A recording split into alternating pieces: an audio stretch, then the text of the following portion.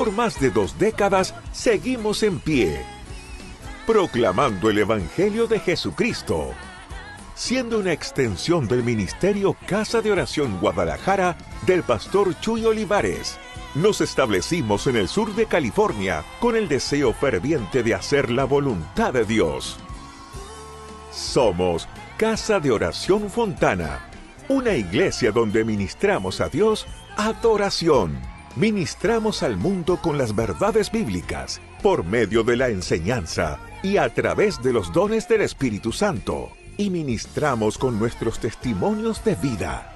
Casa de Oración Fontana, desde 2002, comprometidos con la verdad. Ahora te invitamos a escuchar un mensaje de la palabra de Dios para tu vida. Muy bien, antes de comenzar me gustaría hacer una oración para que sea el Señor quien nos guíe a la verdad de su palabra. Oremos.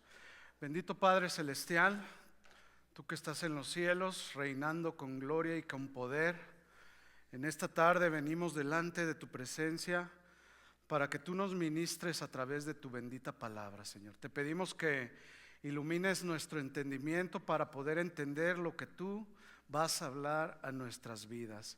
Que por ningún motivo nuestra atención pueda ser desviada hacia otras cosas, que ninguna distracción venga a robar nuestra atención de ti, Señor.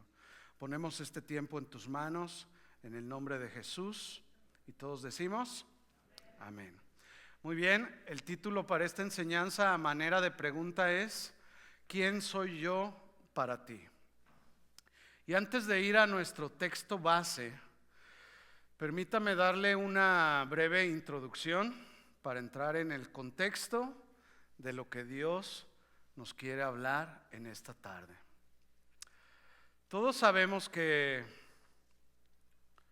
la condición de una nación es el reflejo de la condición de las familias.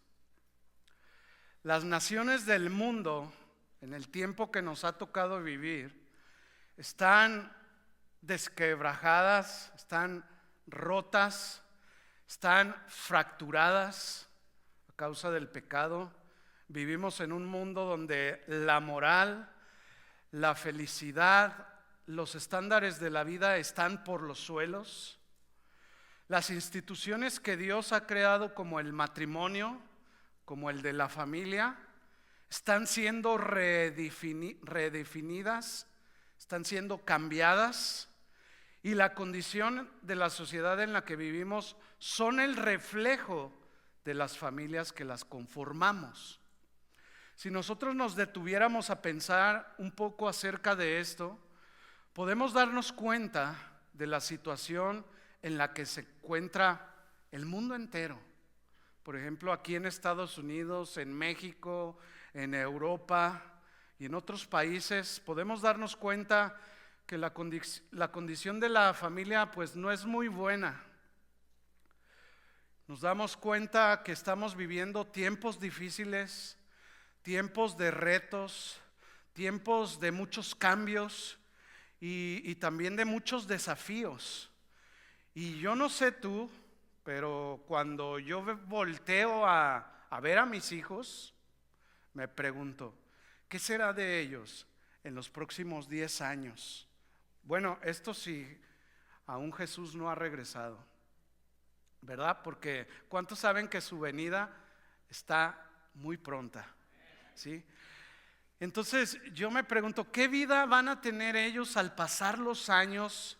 ¿Cuáles serán las cosas que ellos van a tener que enfrentar? ¿Cuál será el mundo que van a tener que ellos enfrentar? Ciertamente estamos viviendo, no es lo mismo lo que estamos viviendo hoy en día que hace 10, 20 años atrás o 30.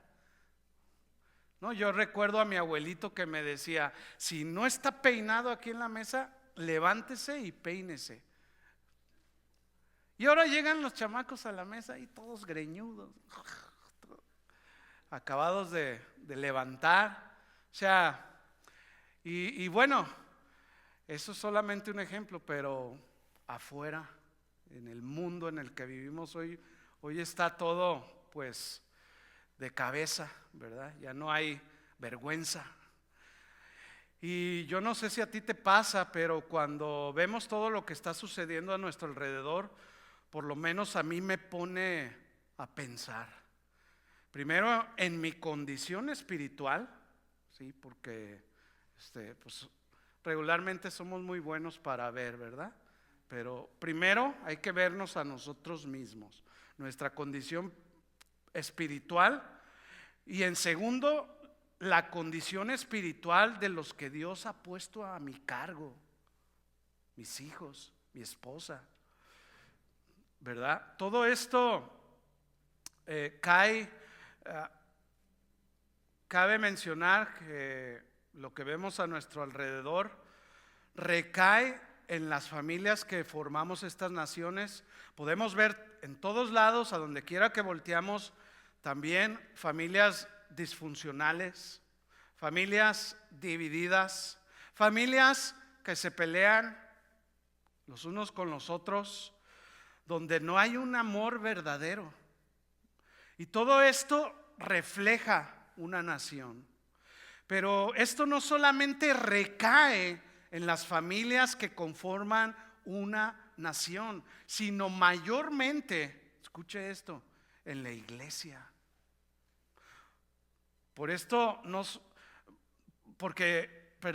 Dios ha levantado a su iglesia como responsables para determinar cuál debe de ser la condición de nuestras naciones. Dios ha llamado a la humanidad a representar su teocracia, un gobierno de Dios aquí en la tierra. Dios llamó a la iglesia para ser la imagen de Dios, las manos de Dios, la voz de Dios aquí en la tierra. Para que cuando nosotros hablemos del mensaje de la cruz, hablemos del evangelio, la gente pueda venir a un conocimiento de Cristo. Y cuando se levanten y elijan a sus gobernantes, puedan elegir gobernantes temerosos de Dios. Puedan elegir gobernantes respetuosos de los principios que nos enseña Dios a través de su palabra. Pero lo cierto es que nos hemos quedado cortos ante tal encomienda. Nos hemos quedado cortos en hablarle a nuestros vecinos, en hablarle a la gente que nos rodea acerca del evangelio. En días pasados, mis padres nos contaban acerca de una experiencia que ellos vivieron mientras andaban hace unos meses atrás en el Congreso de Pastores allá en México. Y ellos dicen que unos hermanos los invitaron por ahí a comer a un restaurante de la ciudad. Ellos al momento de llegar, pues el restaurante estaba vacío, por lo que pensaron que la comida no iba a ser muy buena, ¿verdad? Aún así, pues decidieron entrar. Y dice mi papá que cuando terminaron de ordenar, de un momento a otro se llenó el lugar. Así como nos pasó la semana pasada, ¿verdad, hermano? Se llenó el lugar, y cuando se acercó el mesero para tomar la orden, le dijeron: oye, mesero, ¿ya te diste cuenta que se llenó el changarro aquí, el restaurante? Y él respondió: sí, ya lo vi. Los hermanos que acompañaban a mis padres le dijeron: ¿sabes por qué pasó eso? Y el mesero dijo: no sé por qué. Porque estamos nosotros aquí. Dios está bendiciendo este lugar a través de nosotros. Ah, caray, respondió el mesero, ¿cómo es eso?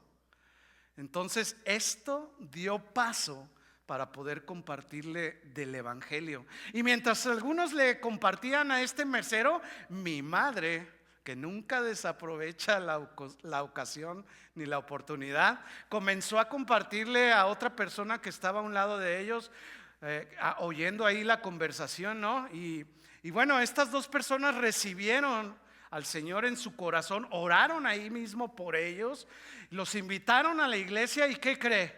Diga, ¿qué? Llegaron ahí a la iglesia, ¿verdad? Y creemos que Dios tenía esto en sus planes perfectos, ¿sí? Pero lo importante aquí para nosotros, o la exhortación, es que tenemos que despertar. Necesitamos despertar y hacer aquello que Dios quiere que nosotros hagamos. Dile a tu hermano, no te duermas, despierta. Dale un codazo por ahí, despierta, porque ya veo unos que están así como que queriendo agarrar sueño santo. Sí, necesitamos andar en la verdad y no desviarnos de su palabra. Necesitamos ir y predicar el evangelio a toda criatura, ¿sí? ¿Sabe cómo? A través de nuestro ejemplo. Eso es lo que más habla de nosotros. Porque ¿de qué nos sirve estar compartiendo el mensaje del evangelio y comportarnos así como el mundo lo hace? Van a decir, no, pues si eso es ser cristiano, mejor me quedo como estoy, ¿verdad, hermana? Sí.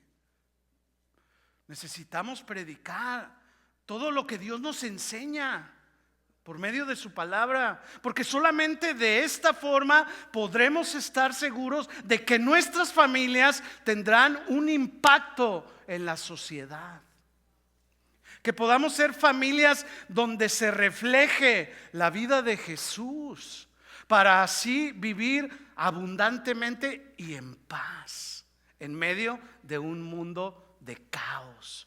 ¿Sí? El gran problema es que la iglesia hoy en día está tratando de determinar quién es Cristo para ella. La iglesia hoy en día estamos tratando de determinar qué le vamos a permitir a Cristo ser en nuestras vidas, hasta dónde le vamos a permitir obrar y hasta dónde no lo haremos. Y cuando hablamos de la iglesia, no hablamos del edificio, ¿verdad? Sino de ti y de mí. Nosotros somos la iglesia, tú y yo somos la iglesia de Cristo en esta tierra. Pero el gran problema es que Dios nos ha llamado a representar su gobierno en esta tierra. Dios nos ha llamado a ser esos embajadores para que enseñemos los principios, las formas, los parámetros de Dios en esta tierra. Pero el gran problema es que todavía la iglesia está tratando de definir quién es Jesús para nuestras vidas. ¿Quién es Jesús para mi corazón? Le voy a permitir a Jesús ser mi Salvador, pero no sé si le voy a permitir a Jesús ser mi Señor. Le voy a entregar esta parte de mi vida, pero no sé si le voy a entregar la otra parte de mi vida. Y estamos en ese dilema donde la iglesia aún está tratando de entender quién es Jesús para ella. Así está la iglesia el día de hoy, alrededor del mundo, no nomás aquí. Y por consiguiente podemos ver que la condición de nuestras naciones es el reflejo de las familias que la conforman. Y por eso el tema, Jesús hoy nos hace la pregunta a ti y a mí y nos dice: ¿quién soy yo para ti? Para ti. Porque la cosa es personal. No, bueno, pues para mí, mi esposo y mi familia. No, para ti en lo personal. Porque la relación es personal, ¿verdad? La salvación es, ¿cómo? Individual, personal. No es por grupos, ¿verdad? Tenemos que despertar, mis amados, y tenemos que tener bien claro quién es Jesús para nosotros. Pregúntale a tu hermano que está ahí a un lado: ¿quién es Jesús para ti? Y sabe, Jesús tuvo este mismo problema con sus discípulos. Después de haber estado con ellos y ellos haber sido enseñados por él, tuvo que llevarlos al punto donde los confronta y prueba su fe. Y les pregunta a Jesús: ¿quién tú crees que yo soy? Misma pregunta que Dios nos hace en esta tarde: ¿quién es Dios para ti? ¿Quién es Jesús para ti? ¿Qué le vas a permitir a Jesús ser para tu propia vida? Y esto es muy importante porque Jesús tuvo que confrontar a sus discípulos y hacerles entender eso. Oigan, ¿quién soy yo para ustedes? Muchas veces decimos: sí, Jesús es mi Salvador. Y todos estamos contentos con eso, porque nos gusta la idea de ser salvos por Él. Y más si no tenemos que hacer nada. Y decimos: sí, Señor, gracias, adelante, tú puedes ser mi Salvador. Todo el día, todo el año, cada minuto, cada segundo. Pero ¿qué tal acerca de ser el que te corrige? El que te exhorta, el que te dice: hey, mira, ese camino que estás tomando está mal. El que te dice: no basta solamente, el que te dice, yo no, el que te dice a ti y el que me dice a mí, no basta solamente con venir a la iglesia, tienes que ser verdaderamente mi discípulo. Y es allí, en este momento, cuando empezamos a tener conflicto, problema con lo que Jesús quiere ser en nosotros. Y creo que ese es el problema, que este problema está siendo reflejado en nuestras naciones. Como dicen por ahí, por eso estamos como estamos. ¿Sí? ¿Qué sucede cuando Jesús nos dice: si quieren ser mis discípulos, primero es necesario que calculen bien el precio? Si alguno quiere venir en pos de mí, ¿qué dice? Niéguese a sí mismo y luego tome su cruz y entonces, hasta entonces, sígame. ¿Sí? Y los discípulos entendieron esto. Entendieron lo que Jesús estaba diciendo. Usted recuerda cuando Jesús empezó a buscar allá a sus discípulos, cuando se le acercó a Pedro y le dijo: Pedro, deja todo, deja las redes sociales y sígueme. ¿Qué hizo Pedro? En ese mismo momento dejó todo para seguir al maestro. ¿Sí? Lo mismo pasó con los demás discípulos. Ellos entendieron el costo. Dijeron: bueno, la pregunta es si tú y yo entendemos el costo también. ¿Sí? No es una simple frase que se lee y luego se olvida. Negarse a sí mismo es ir en contra de mis deseos personales para cumplir los deseos de aquel que me amó y aquel que me salvó. Eso significa seguir a Jesús. Tomar tu cruz en los tiempos antiguos era llevar literalmente cargando tu cruz hasta el lugar donde te iban a crucificar, a matar, a tu sentencia final. Eso sí significaba tomar tu cruz, una entrega total, con riesgo de muerte y sin posibilidad de retroceso. No, mejor tiro la toalla. Y yo creo que es ahí, en ese momento, donde empezamos a tener nuestras luchas, el problema, ¿sí? Porque este problema está siendo reflejado primeramente en nuestras familias y por consiguiente en nuestras naciones de una manera pues muy notable. ¿Por qué? Porque ya no hay compromiso. Ya no hay una entrega total, porque todavía no entendemos quién es Jesús para nosotros. Pretendemos que entendemos, pero si fuera así, reaccionaríamos de una manera diferente. Por ejemplo, Jesús nos enseña no hacer nada por vanagloria. Y luego ahí estamos lavando el carro, ¿no? ¿Ya viste mi carro? Bien rojo. Jesús nos enseña a perdonar, pero no perdonamos. Jesús nos enseña a amarnos y no nos amamos. ¿verdad? Jesús nos enseña a no pagar mal por mal. ¿Y qué decimos? No, en la primera me la pagan. Pretendemos que entendemos, pero ya en la práctica se ve otra cosa. Entonces, sigue la pregunta ahí: ¿quién soy yo para ti? Acompáñeme con su Biblia, ahora sí, al Evangelio de Mateo, capítulo 16, versículo 13.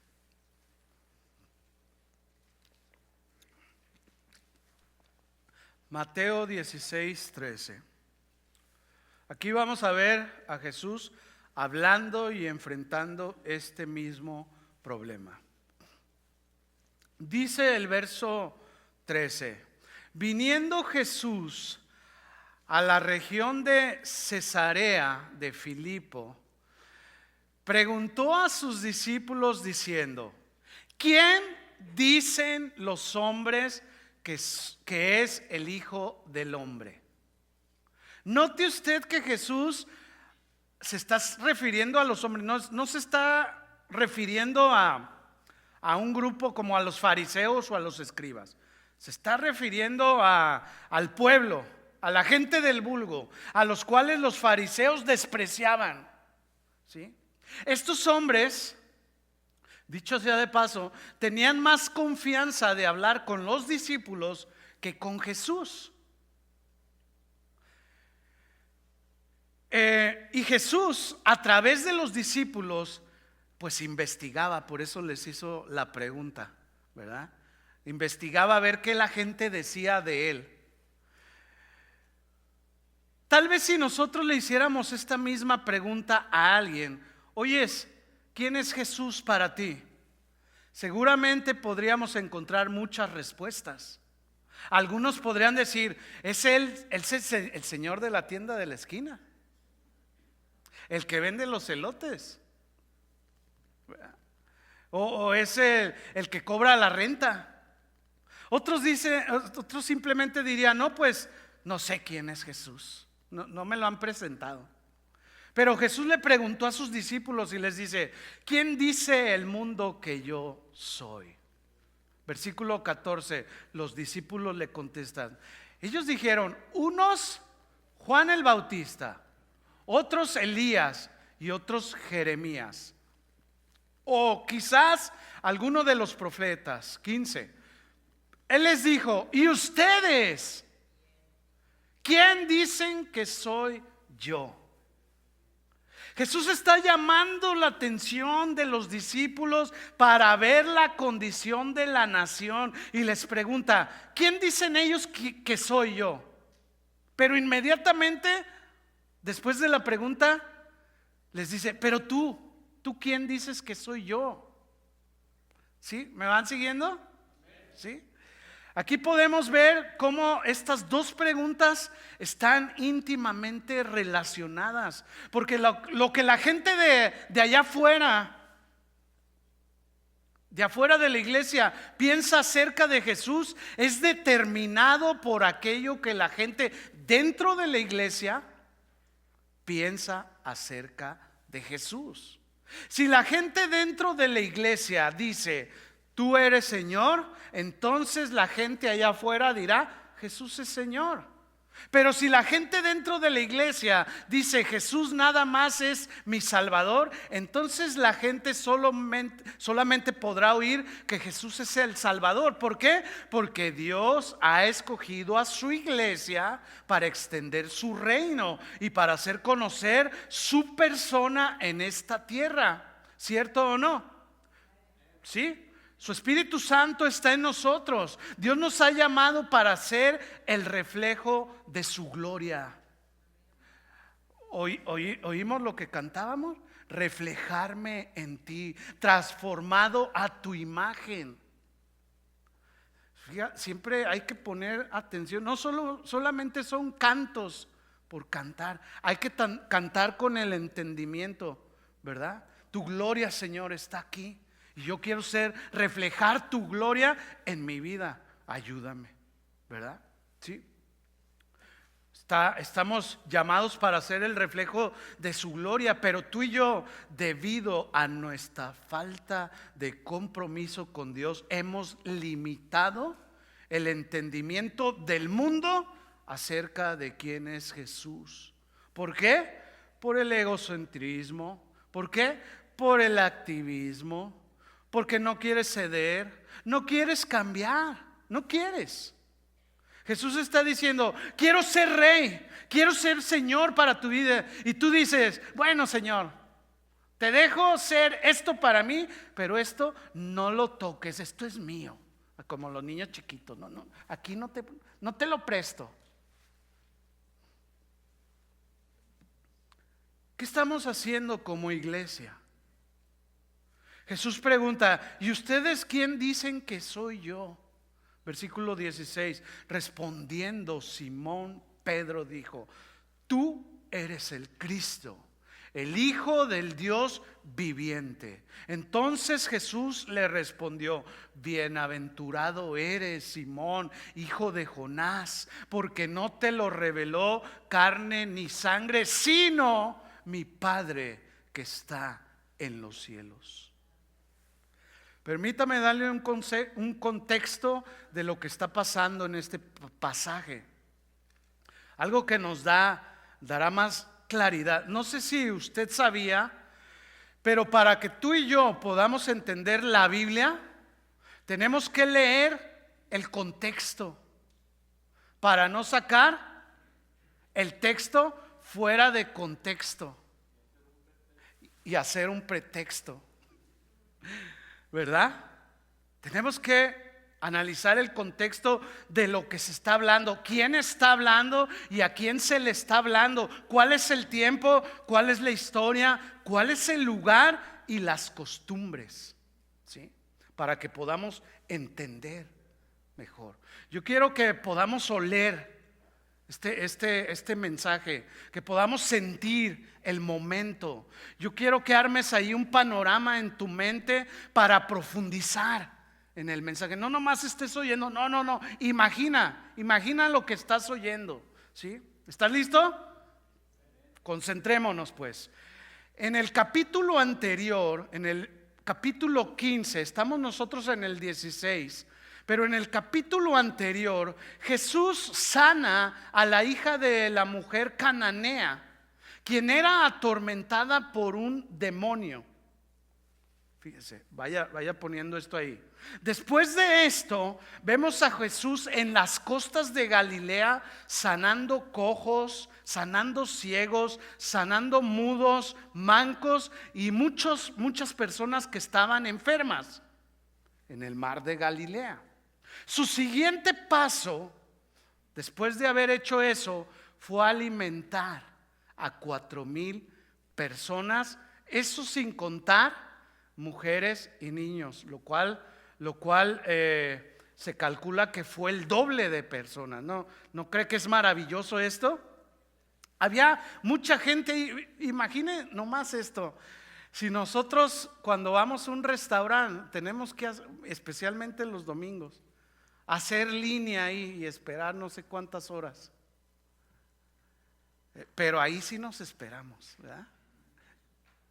Porque ya la pancita quiere de comer. Pero no se pase, pastor, de las 3 porque o no lleguemos a la hora, porque usted sabía que el servicio empieza a la 1, ¿verdad? Dígale a su hermano: el servicio empieza a la 1. A la 1, no a las 2, ni a las 2:30, 2:30 y 3. No estamos jugando. A la 1, hermanos. A la 1 el Señor, tenemos una cita con el Señor, ¿sí? Entonces, ahí había mucha gente que amaba a Jesús, pero también había críticos de Jesús. También había gente que odiaba a Jesús. Había gente que solo lo seguía por lo que Él les daba. Y aquí podemos aplicar algo para nuestras vidas. Muchas veces dentro de la iglesia hay gente que nos acercamos a Jesús por lo que Él nos puede dar y no por lo que Él es.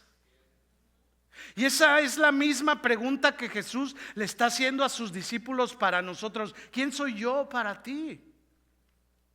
Yo sé lo que te puedo dar, dice Jesús. Has visto mis milagros, has visto mis señales, has visto todo lo que he hecho, te ha asombrado con estos milagros, te he dado mi palabra, pero ¿quién soy yo para ti?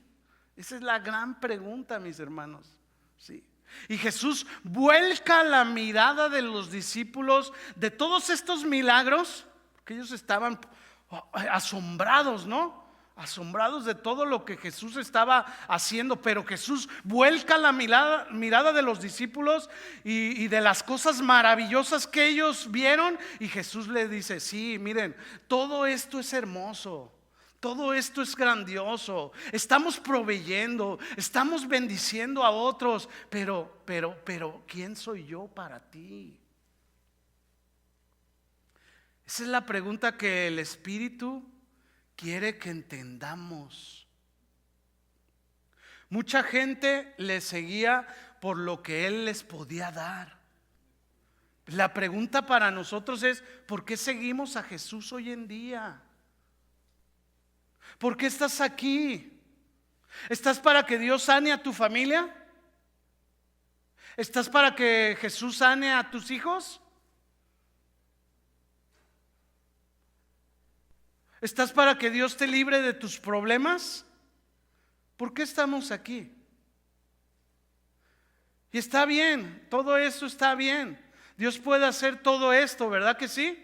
No tiene nada de malo, pero esa no tiene que ser la motivación por la cual estamos nosotros aquí.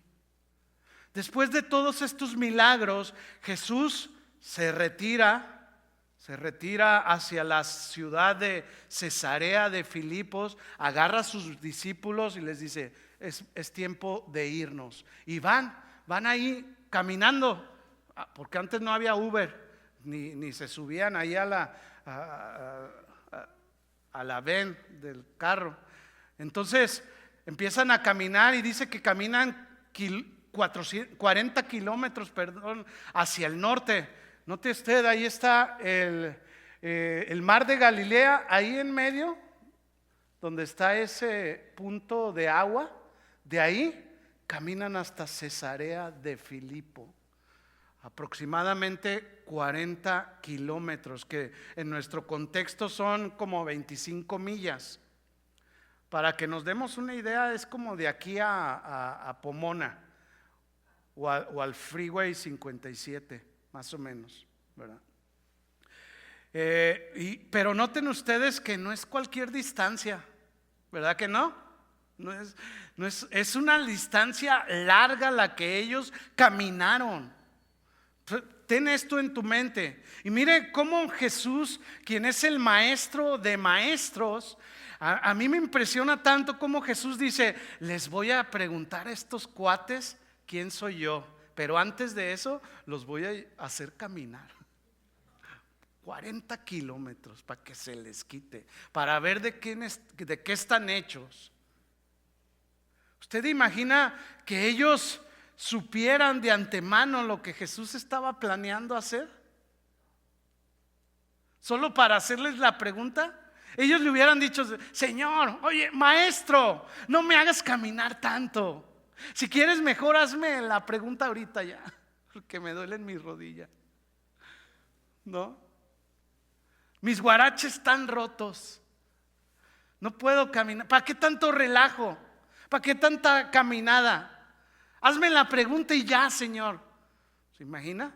Pero Jesús se los lleva a Cesarea de Filipo, y ahí, hasta que llegaron ahí, Jesús los cuestiona. ¿Sí? Y para todo esto Jesús tenía un propósito. Y vamos a ver cuál era el propósito. El reconocimiento de Jesús en Cesarea de Filipo marca un cambio drástico en la narrativa del Evangelio de Mateo. Después de la confesión de Pedro, Jesús cambia el tema y empieza a hablar acerca del por lo cual Él había venido a este mundo, y empieza a hablar de su muerte. Si hacemos un recuento, vemos que el primer milagro que Jesús hace fue cambiar el agua en vino. Y cuando la mamá le dice: mira, Jesús, ahí está el novio, ahí está la novia, pero ya no hay más vino, Jesús le dice: mujer, no es mi tiempo, ahorita todavía no ha llegado mi hora. Pero aquí, sin embargo, tal parece que la confesión de Pedro dio paso para entonces hablar de su muerte. Ok, ya saben quién soy yo. Ahora sí, voy a empezar a hablar acerca de lo cual Dios me ha enviado a hacer, ¿verdad? Entonces, el entendimiento que tuvo Pedro acerca de quién era Jesús cambia la narrativa de Jesús, y él dice: ahora sí es mi tiempo. Ha llegado el momento. Voy a comenzar a hablar de aquello para lo cual vine, para salvar al mundo entero, ¿sí? Tal confesión acerca de quién es Jesús para tu vida puede cambiar el tiempo de una nación. Puede provocar un antes y un después en la vida de muchas personas. Qué interesante, ¿no? ¿Qué yo dije? Tu confesión o tu entendimiento acerca de quién es Jesús puede cambiar la vida de los que te rodean, ¿sí?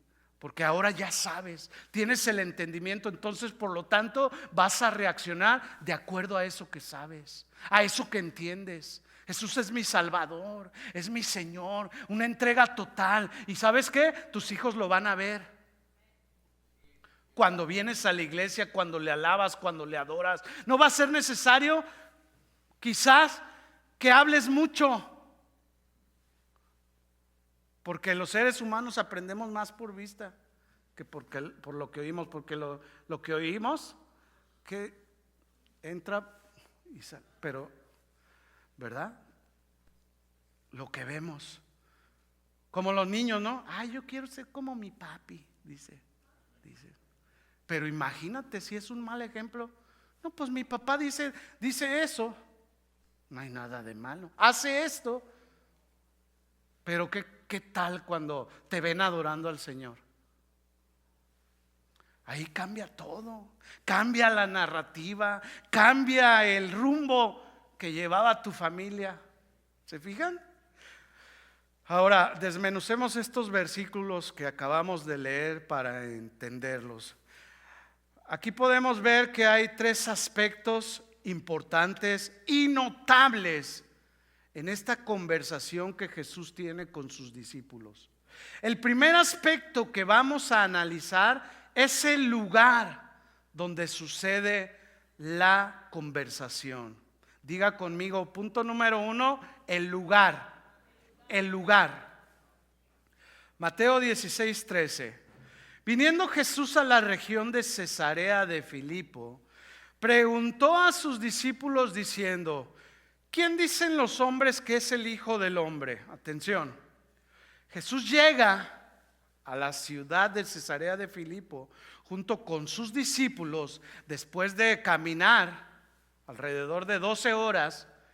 Y esta ciudad a donde Jesús los lleva antiguamente, escuche esto, se llamaba Paneas, la ciudad de Paneas. ¿Por qué? Porque al pie de la montaña se encontraba una cueva y un arroyo donde se creía que había nacido el dios griego Pan. ¿Sí? Allí se construyó un templo para este dios, para adorarle. Y de acuerdo con la historia, se dice que las cosas que se encontraron allí pertenecían a este hombre. Según las creencias, este hombre era el único Dios que podía entrar en el Hades y regresar a la tierra. Debido a esto, el lugar era conocido como las puertas del Hades. Usted recuerda que más adelante en la plática que tuvo Jesús, cuando Pedro le respondió: si tú eres el Cristo, el Hijo del Dios viviente, y Jesús le dice: y tú eres Pedro, hijo de Jonás, bienaventurado eres, porque no te lo reveló ni carne ni sangre, sino Dios que está en los cielos, y sobre la roca, ¿verdad? Edificaré mi iglesia, y las puertas del Hades no prevalecerán en ella. Ahí mismo, ahí donde ese lugar se conocía como el templo donde estaba el templo del dios Pan, ¿verdad? Entonces, ¿cómo se ligan estos versículos? Por esta razón Jesús mencionó las puertas del Hades, porque estaba justo allí donde todos decían ser las puertas del Hades. Ahora, en este lugar, en la ciudad de Cesarea de los Filipos, había muchos templos, ¿sí? No solamente estaba el templo del dios Pan, también estaba el templo de Augusto. En ese tiempo se hacían templos a los Césares del Imperio Romano. Estaba el templo de Zeus, estaba el templo de la diosa Némesis, estaba el templo y la tumba de las cabras sagradas. Y arriba de ellos se encontraba el templo del emperador Filipo. O sea, había ahí una diversidad, ¿sí? Era una ciudad muy pagana que se había convertido en el centro de adoración a Baal. Y yo quiero que haga un cuadro ahí en su mente, porque en esta ciudad estaban todos estos templos reunidos ahí juntos. Estaban ahí cercanos, ¿no? La gente tenía la opción de simplemente caminar y decir: hoy me voy al templo de Augusto, mañana me voy al templo de Pan, ¿sí? Después de ahí me voy al templo de la diosa Némesis, y de ahí voy a adorar a las cabritas, ¿sí? Y ellos tenían allí una variedad de opciones para escoger. Esto es muy importante que lo entendamos, mis hermanos, porque lo que significa esto es que es un lugar de sincretismo. ¿Qué significa esto? Significa proponer o conciliar las diferentes filosofías para que no haya un rechazo entre ellas, ¿sí? Y todos digan: bueno, aquí todo está bien. Puedes adorar a Zeus y después adorar a otro dios y a otro dios. Todo está perfecto. Eso es sincretismo. Era un lugar donde la gente podía ir y adorar diferentes dioses y no pasaba nada. Todo estaba bien, ¿sí? Y hoy en día no hay tanta diferencia en lo que se vivía en los antiguos tiempos. Podemos ver en todos lados diferentes religiones, diferentes filosofías, diferentes posturas, y es exactamente lo que este mundo nos está vendiendo. Y Satanás se engaña y dice: mira, tú ya eres libre. ¿Cuántos ya son libres? Somos libres. Y el enemigo usa esa libertad para engañar. Y te dice: tú puedes creer en esto y puedes creer en aquello. Puedes ser cristiano también, no pasa nada. Pero sigue adorando tu dinero. Puedes seguir adorando tu ego. Puedes seguir adorando tu trabajo. No pasa nada. Eso es sincretismo. Y seguimos teniendo ese sincretismo en nuestras propias vidas. Actualmente existen alrededor de 4,200 religiones diferentes. Esto sin contar las sectas y denominaciones.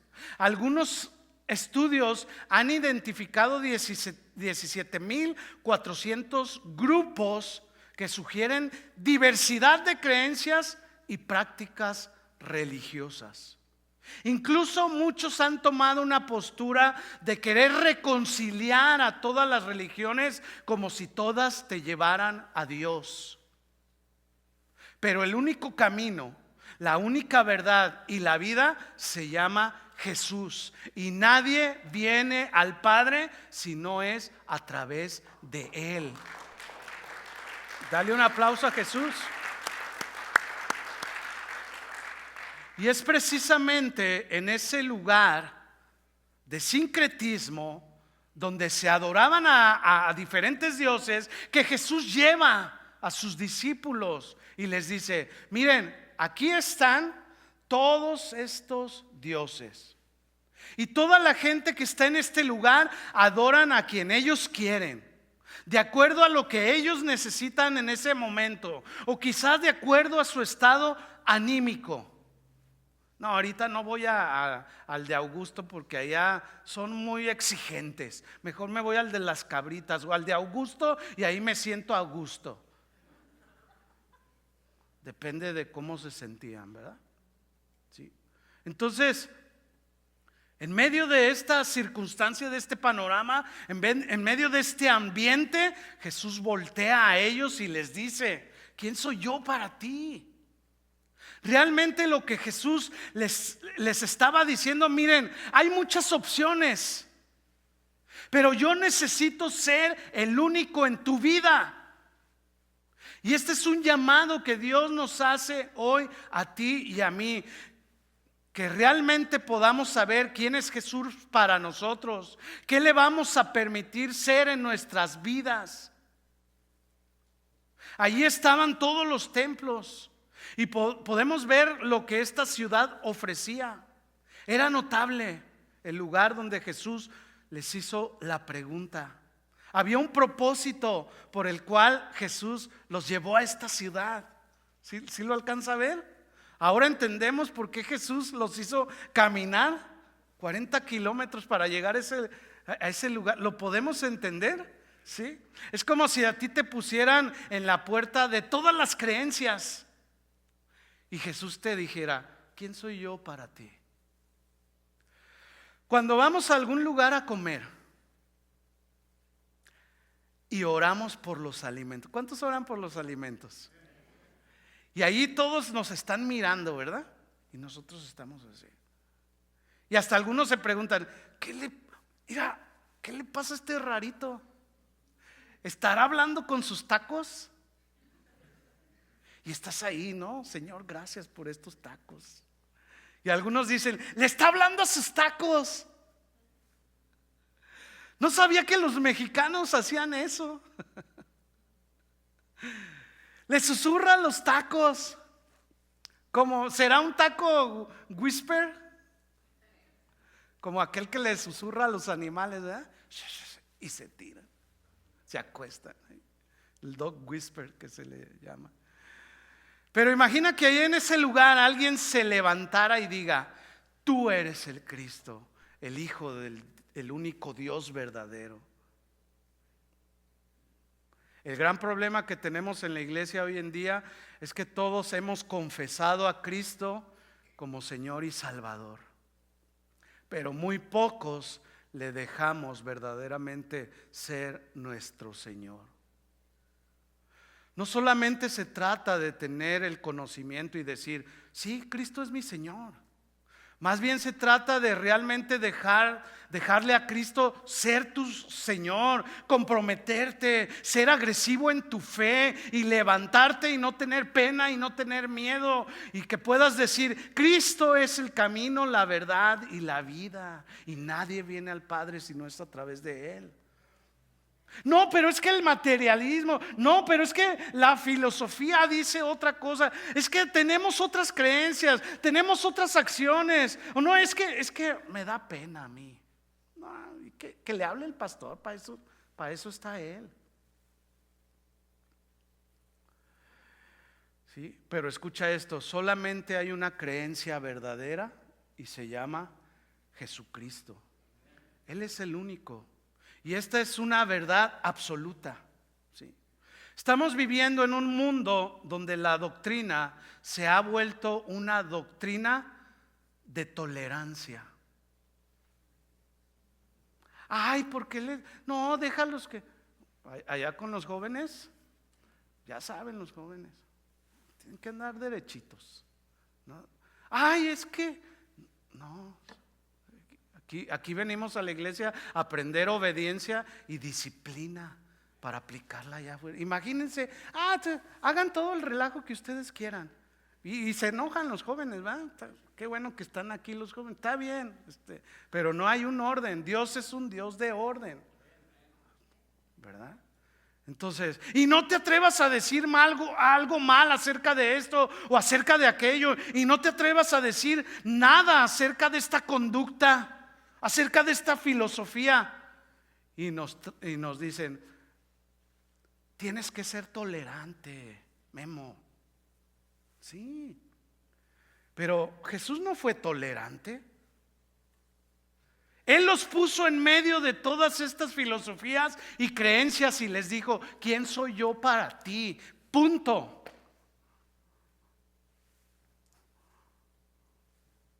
Sí, eres mi Señor, eres mi Salvador, pero yo voy a hacer lo que yo quiera. Voy a ser un desordenado, voy a ser... No, pues así no es, mis hermanos, ¿verdad que no? ¿Sí o no? Dígalo con convicción. Así no, me está asustando, se me hace que estamos leyendo diferente Biblia. ¿Quién soy yo para ti? Eso no significa que no amemos, porque el amor cubre multitud de pecados, ¿verdad? Tenemos que amar, pero también tenemos que ser firmes en nuestra fe. ¿Quién es Cristo para ti? Jesús puso a sus discípulos en ese lugar que era notable por su sincretismo, donde había un mundo de creencias y filosofías, y les hace la pregunta: ¿quién soy yo para ti? Imagina que Dios te pusiera ahí a tus hijos, a tu esposa, a tu esposo, a tu padre, a tu madre, tu trabajo, tu carrera profesional, todo lo que has logrado, tu casa, tu carro, todo ahí atrás de ti, ahí te lo pusiera, y Jesús te haga la misma. ¿Quién? Ey, despierta. ¿Quién soy yo para ti? Digo, porque te estás desgastando mucho, ¿no? En otras cosas. Está bien, desgástate, trabaja, porque el que no trabaja no, pero también sírveme, ámame, respétame, ¿verdad?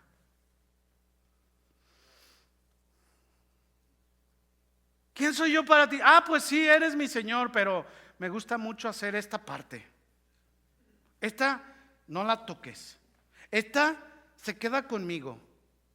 Entonces no soy tu Señor. Sí, no, es que bueno, Señor, es que tienes que ser tolerante, Señor. Yo me imagino al Señor ahí. No me digas. Ay, Memo, no. De modo, te voy a tener que quebrar la patita. Y luego andamos ahí en muletas. ¿Qué te pasó? Pues me porté mal. Sí, Señor, tú sabes que te amo, pero mira, no te metas con mis estudios. No te metas con mi trabajo. No, Señor. Mi trabajo es primero. Si no, ¿quién me va a pagar la renta? Si Él hizo todos esos milagros, mis hermanos. Y Él dice en la Biblia que Él es el dueño de todo. De todo. Pero nosotros nos conformamos con 3 limones cuando Él nos quiere dar el árbol entero. Entonces no soy tu Señor. Para ellos yo ya sé quién soy, dice Jesús. Soy una opción más. Y ese es el problema de la iglesia, que Él es una opción más. Jesús es una opción más para los cristianos hoy en día. Porque voy a tratar de arreglarlo, y cuando no pueda, entonces le pido de su ayuda. Voy a trabajar arduamente para dejarle una herencia a mis hijos, y cuando tenga chance, voy a la iglesia. Cuando la mejor herencia que le podemos dejar a nuestros hijos es la palabra de Dios. Porque preciada es más que todas las cosas, y más que cualquier oro refinado. ¿Qué? La palabra de Dios. Y cuando se nos viene, por ejemplo, una enfermedad, ay, Señor, ¿dónde está mi Salvador? ¿Dónde estás, Señor? ¿Dónde estás? Te necesito. Ahora sí, Señor. Ahora sí, Señor. ¿Verdad? Buscamos a Dios para que nos sane como última opción. Y mientras estamos enfermos, nos aferramos a Él y le hacemos promesas. Y estamos ahí en la iglesia, duro, sin faltar, sin fallar. Pero cuando nos sana, no los volvemos a ver en casa. Así está la iglesia, mis hermanos. Pero eso no está bien, ¿verdad que no? Sinceramente, ¿cuántos no lo han hecho? Levante su mano. ¿Nomás yo? Entonces vénganse a predicar ustedes.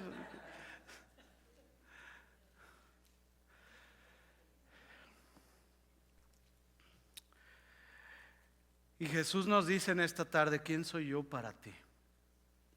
Así que nuestro punto número 1 fue el lugar donde Jesús los llevó, el cual fue un lugar notable.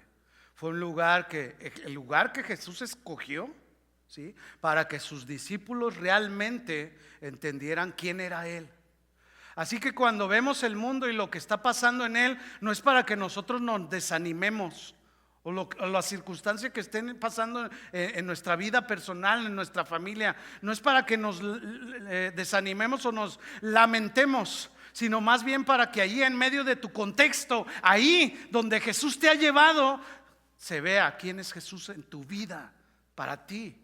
Estás en el lugar perfecto para que Cristo se revele a tu vida de una manera más grande. Y tienes que tener un corazón dispuesto para que Él se revele a tu vida. Aún en esos lugares donde parece que no hay esperanza y donde hay demasiadas opciones, allí tenemos que decir: mi única opción se llama Cristo, Jesús, el autor y consumador de nuestra fe. Nunca vamos a terminar de conocer quién es Cristo para nosotros hasta que lleguemos allá delante de su presencia. ¿Y sabe qué? Ahí solo vamos a quedarnos así con la boca abierta. Wow, Señor, tú eres admirable, santo, santo, 3 veces santo, majestuoso, ¿verdad? Punto número 2. Los títulos fueron notables. Versículo 14 y 15. Jesús preguntó: ¿quién dicen los hombres que soy yo? Ellos dijeron: unos dicen que eres Juan el Bautista. Imagina que a ti te dijeran: oye, ¿tú eres Juan el Bautista? Gracias. Bueno, gracias. Sí, soy Juanito y vengo vestido con pieles de cabras.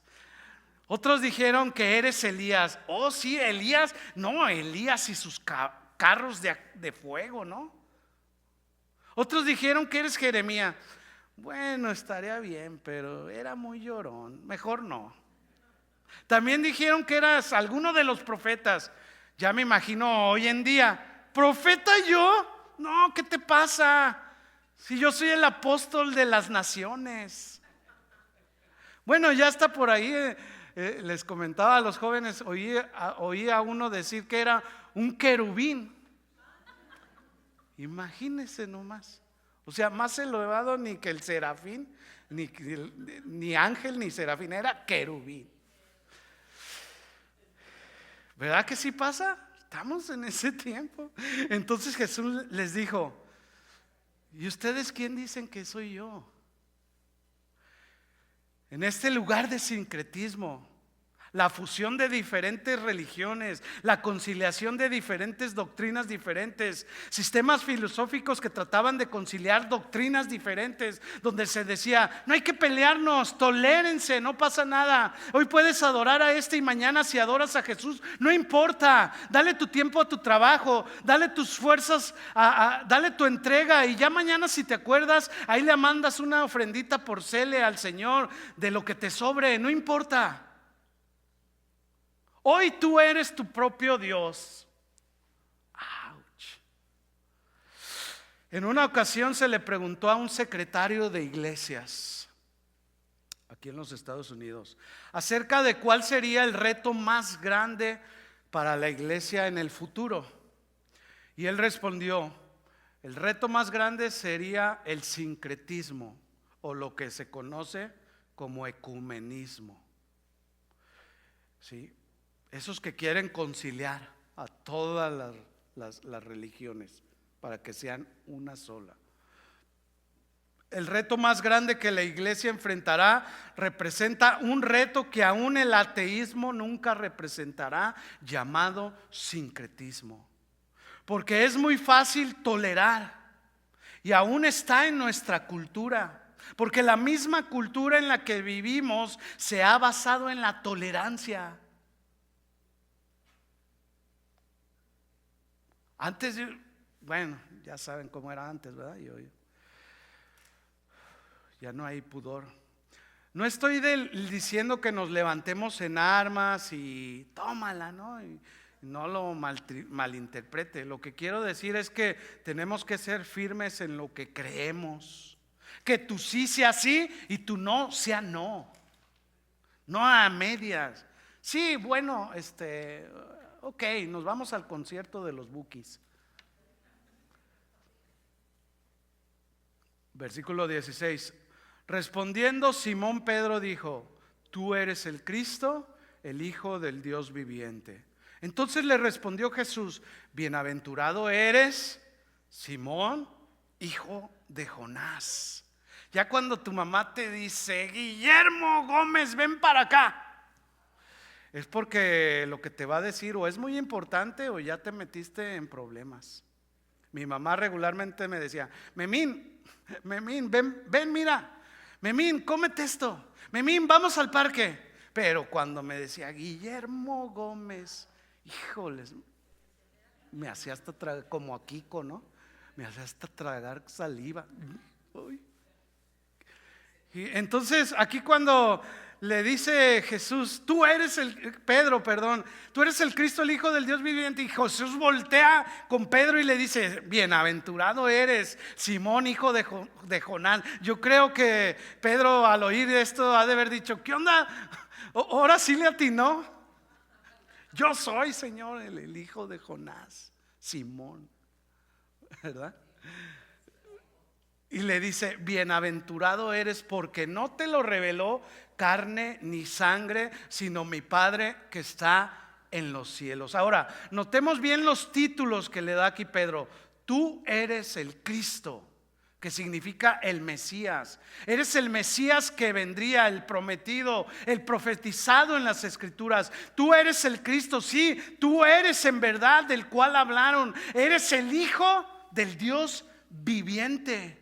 En medio de todas esas doctrinas y filosofías, Pedro dijo: tú eres el Cristo, el Hijo del Dios viviente. No el hijo de Pan, ni el hijo de Zeus, tampoco el hijo de las cabras que muchos están adorando, sino el Hijo del Dios viviente. Qué maravilloso, ¿no lo cree?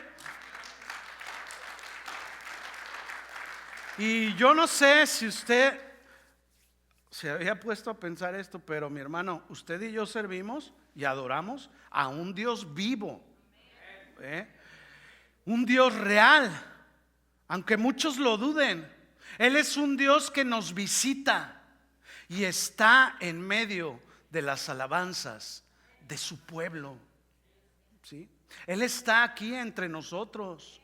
Hace un momento lo cantábamos, ¿sí? Pero no es solo un canto, es algo más. El Espíritu de Dios se mueve en este lugar. El Espíritu de Dios está aquí para quebrantar los moldes, las costumbres religiosas. Él no es una religión más. Jesús no es una opción más. Él es el Cristo, el Hijo del Dios viviente. Pedro hace un contraste entre los dioses muertos que están ahí y resalta al Dios vivo y le dice a Jesús: tú eres el Mesías. Y Jesús necesitaba que ellos le reconocieran como el único y verdadero en medio del sincretismo religioso de la época, para entonces anunciar su muerte. Eso era muy importante para Jesús, porque eran los que iban a quedarse para seguir predicando el evangelio. ¿Sí?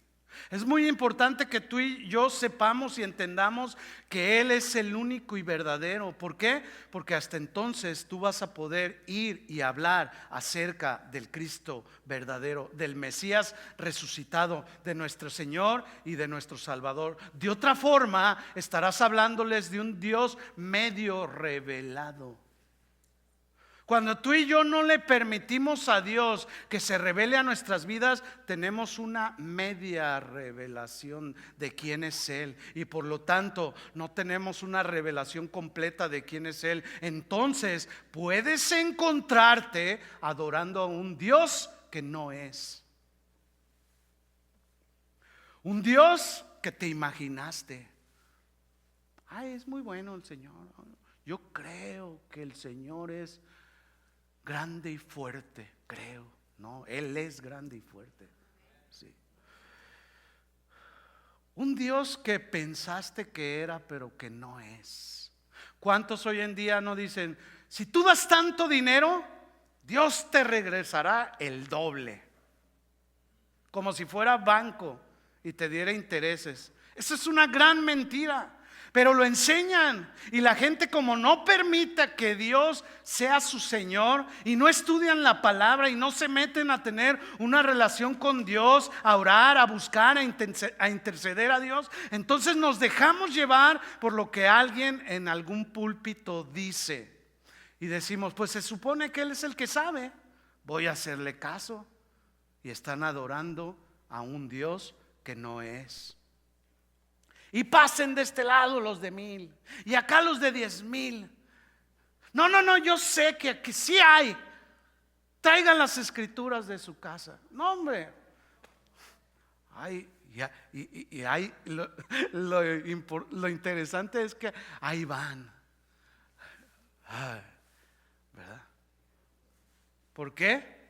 ¿Usted recuerda lo que dice Oseas 4:6? ¿No? Se lo voy a recordar. ¿Cómo dice, Cari?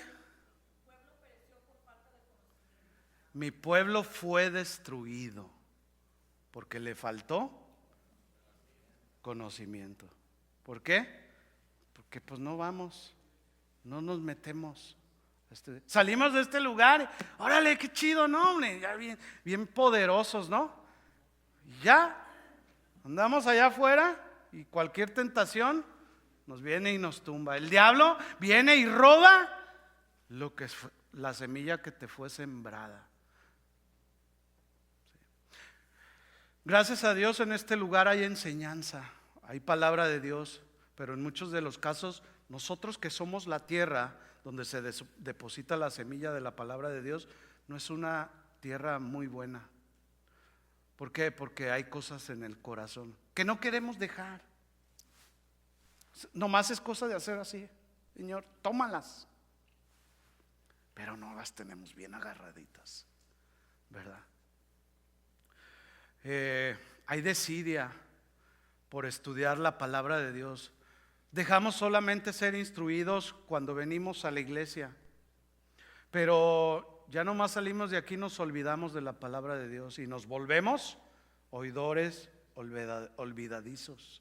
De tal manera que viene el enemigo y roba la semilla que fue sembrada.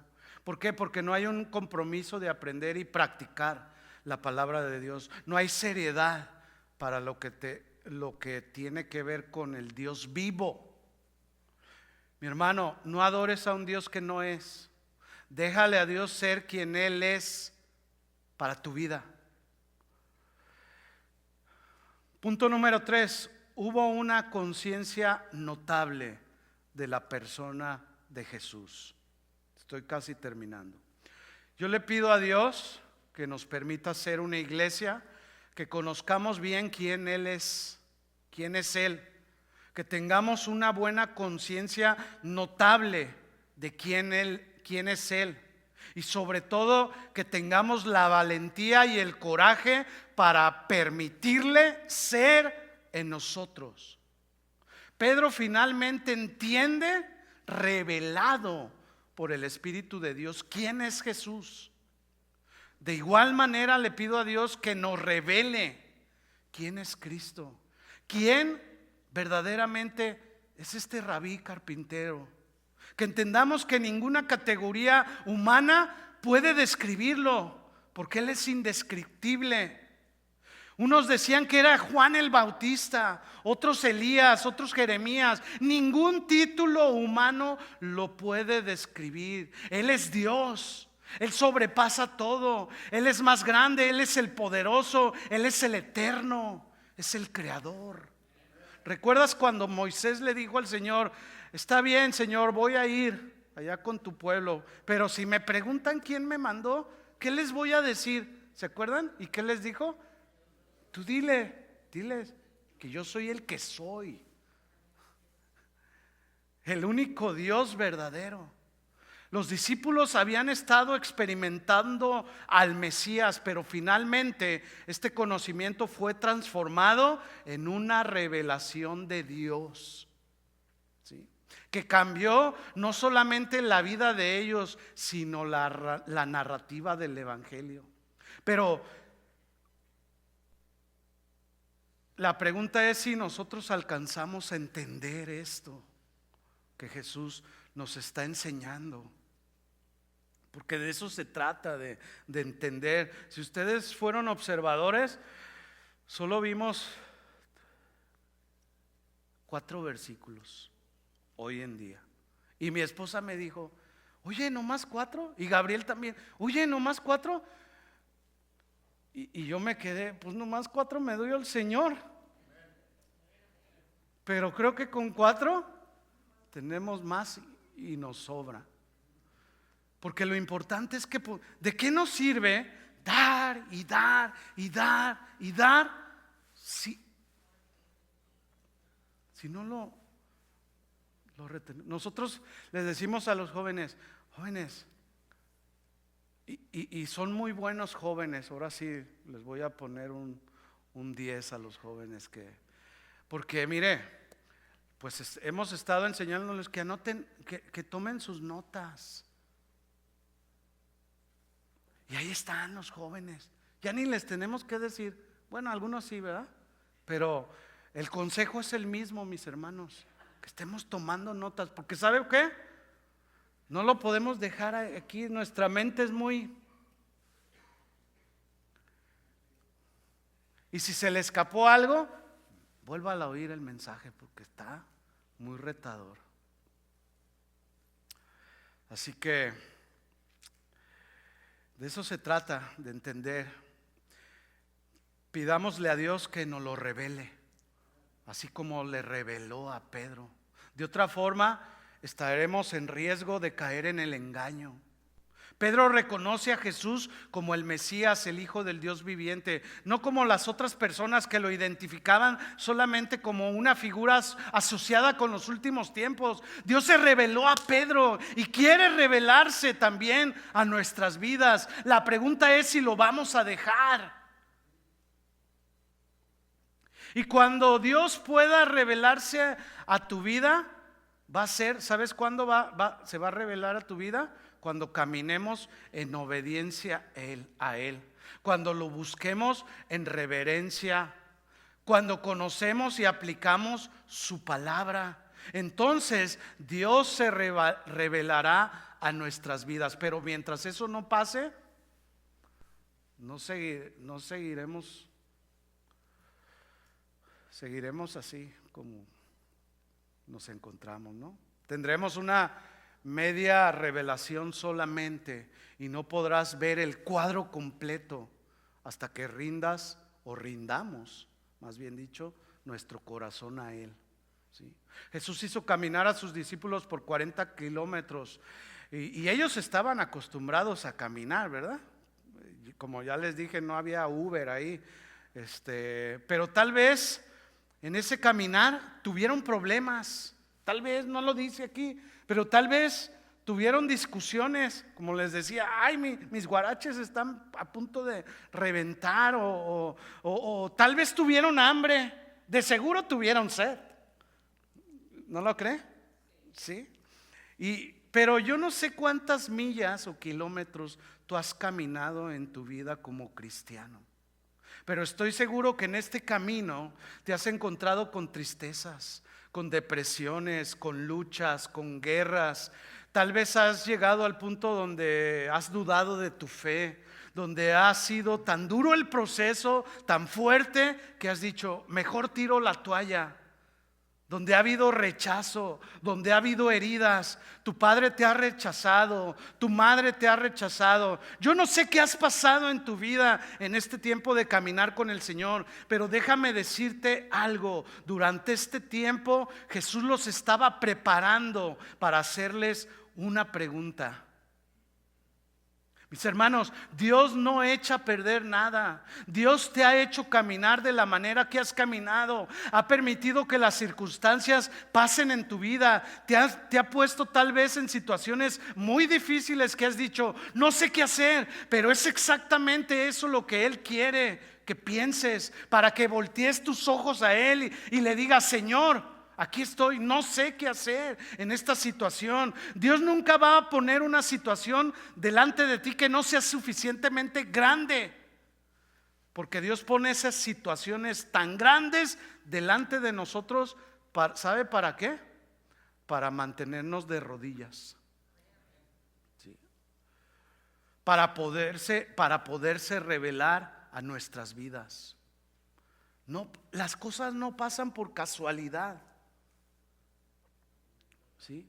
Este caminar que has tenido en tu vida, Dios lo ha permitido para una cosa. ¿Saben para qué? Para llevarnos al punto donde hoy Dios nos hace la misma pregunta a ti y a mí. ¿Quién soy yo para ti? El pueblo de Israel esperaba al Mesías que iba a venir a restaurar la gloria de Israel, que iba a venir a oprimir a los romanos que los tenían oprimidos a ellos. ¿Lo recuerda? Que iba a venir como un gran guerrero a humillar y a despojar a los romanos, y les iba a regresar el reino para poder gobernar en esta tierra. Ellos estaban esperando al Mesías equivocado. Jesús iba a venir y era la esperanza de Israel, pero no vino como ellos lo esperaban. Él no vino, en un caballo blanco y hermoso como lo hacían los césares en ese tiempo. Él entró en un pollino, rompiendo los moldes, rompiendo la idea que ellos tenían. Este soy yo, decía Jesús, yo soy la verdadera paz para el mundo. Y mi hermano, la verdadera paz para tu vida se encuentra en la revelación de quién es Cristo para ti. Cuando tú y yo entendemos quién es Cristo para nuestras vidas, podemos descansar en la noche y decir, en paz me acostaré y así mismo dormiré, porque solo tú, Señor, me haces vivir confiado. Que podamos decir, Señor, yo sé quién eres tú, tú estás en control, nada escapa de tu mano, Señor. Así que este es un llamado para ti y para mí. Y no solamente para esta congregación, sino para la iglesia en todo el mundo, ¿sí?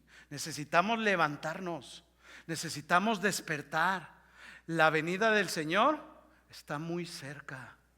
Permitamos que Cristo se revele a nuestras vidas. Y más que nada, permitamos que Él sea sobre nuestras vidas, que Él sea verdaderamente nuestro Señor, que Él sea verdaderamente nuestro Rey, y solo a Él demos gloria. No a las cosas creadas, no a las cosas de este mundo. Estas están allí, pero tú y yo debemos reconocerlo a Él por sobre todas las cosas. ¿Cuántos dicen amén? ¿Entendimos el mensaje? Le invito a que se ponga de pie y oremos.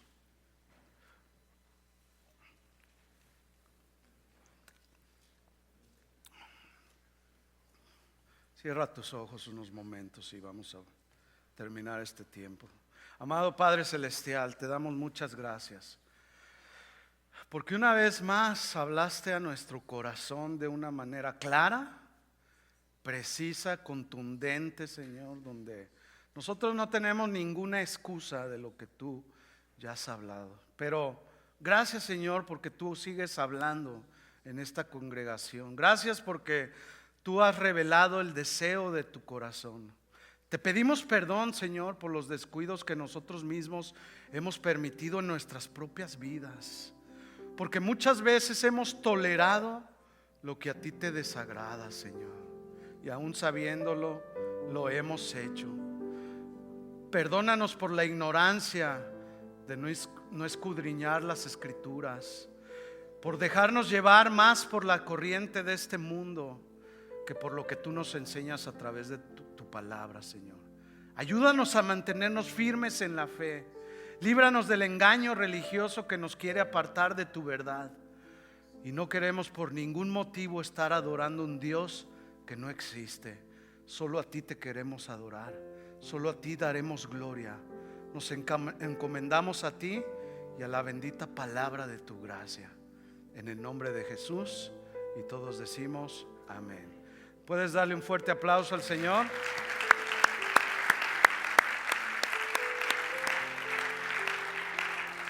Muy bien, mis hermanos, pues que Dios les bendiga a todos, que les vaya bien. Nos vemos la próxima reunión.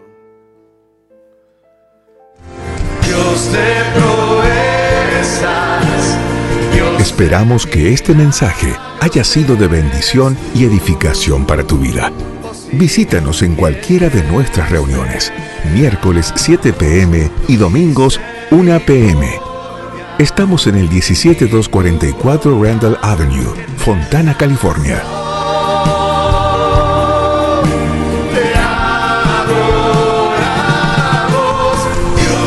Síguenos en nuestras redes sociales y también puedes encontrar todas nuestras actividades, información y mucho material para tu crecimiento espiritual a través de nuestro sitio web. misericordia y tu bondad eterna son. Te adoramos hoy, Jesús. Comunícate con nosotros. Casa de Oración Fontana. Estamos para servirte. Levantamos tu nombre.